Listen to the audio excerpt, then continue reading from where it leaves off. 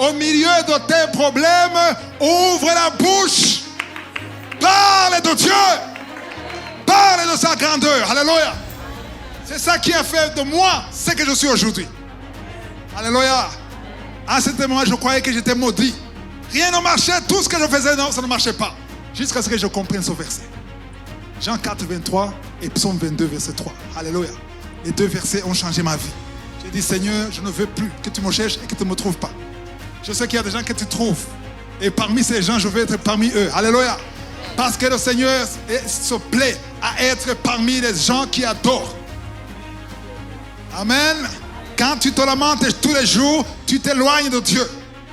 Tu t'éloignes de Dieu. Et Dieu cherche. Il continue à chercher. Où sont ses adorateurs? Jésus ne voulait pas parler à une femme qui voulait un miracle. Elle a crié.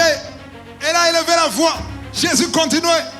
Il a eu la stratégie de Jean 83. Alléluia. Elle a eu la révélation de l'adoration. Elle est venue devant Jésus. Elle a adoré Jésus. Alléluia. Après l'adoration, Jésus s'est arrêté. Il a parlé. Il y a des situations, il y a des adorations qui poussent Dieu à parler. Amen. Qui poussent Dieu à agir.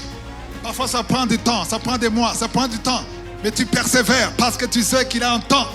Il n'est pas sourd, il a des oreilles pour entendre. S'il a créé une oreille, lui aussi entend. Même s'il n'y a pas de manifestation, même si tu n'en sens rien, tu ne sens pas la présence physiquement, mais il est là. On a dit, où dans le secret.